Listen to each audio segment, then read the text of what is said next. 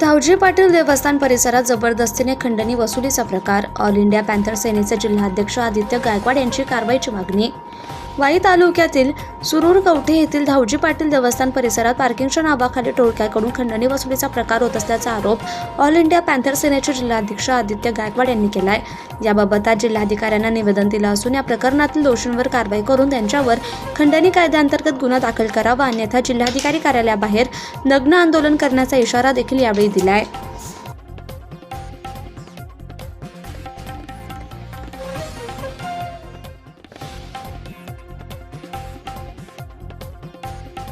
आता मी तुमची इथं गाडी लावत नाही बरोबर, पार्किंगला मी चाललोय पुढं, तरी तुम्ही माझ्याकडून पैसे घेताय बरोबर ना? पुढं कुठे चाललं? बाहेर पुढं चाललो मी गावाला, मी पार्किंग लावत नाही तुमचं. पण देवाला थांबणार नाही ना तुम्ही?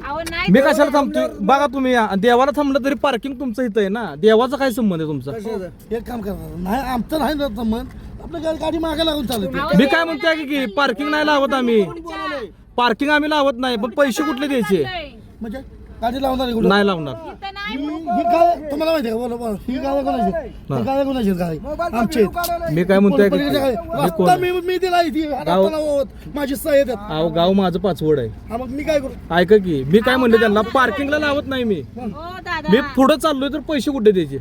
म्हणजे मी तुमच्या पार्किंग लावलंय का? गव्हर्नमेंट आहे का? मंदिराच्या आवारात कुठं पण लावा, 50 रुपये पार्किंग दिलं पाहिजे.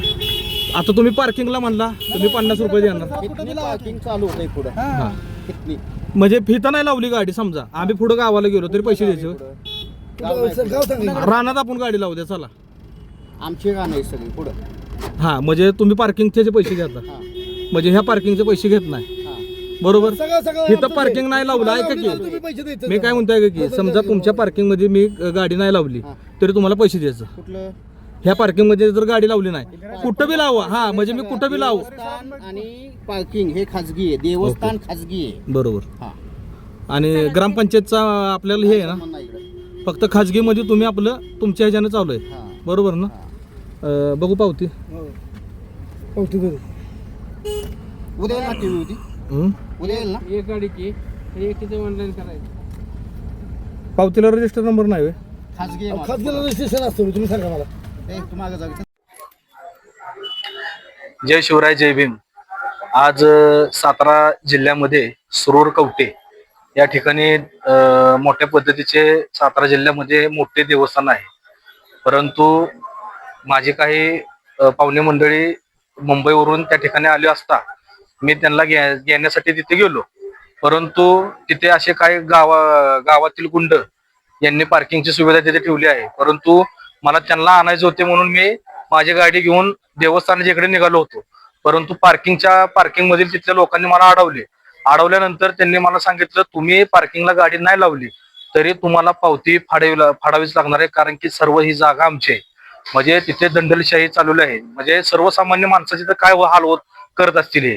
आम्ही तिथे गेलो असता आम्हाला ह्या गोष्टी कळून आलेल्या आहेत, आणि तसे माझ्याकडे व्हिडिओ आहेत, तसा माझ्याकडे पुरावे आहे, आणि ती व्हिडिओ मी तुम्हाला तुमच्यापर्यंत पोहोचवणार आहे की तिथे दत्तगिरीची भाषा तिथे चालते देवाच्या नावाखाली. त्यामुळे त्यांच्यावर खंडणी अंतर्गत गुन्हा दाखल करावा अशी पॅन्थर संघटनेची मागणी आहे.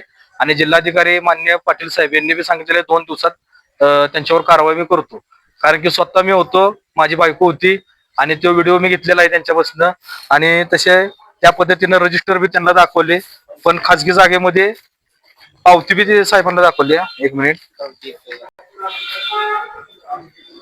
तर जनतेची मोठ्या प्रमाणात लूट चालू आहे. खाजगी नंबर नाही, रजिस्ट्रेशन नाही, काही नाही, आणि गाव गुंड घेऊन तिथे मोठमोठ्या चैनी घालून ह्या पद्धतीने अशा पद्धतीने पैसे उकळायचे त्यांचे चालू आहेत.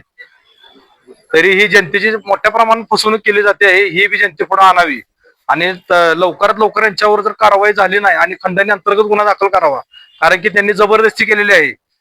तुम्ही पार्किंगला नाही जागा लावली तरी आमच्या जागेमध्ये आले, तुम्हाला ही पावती फाडावीच लागणार आहे आमची, नाहीतर तुम्ही हाय असं परत माघारी जाऊ शकता.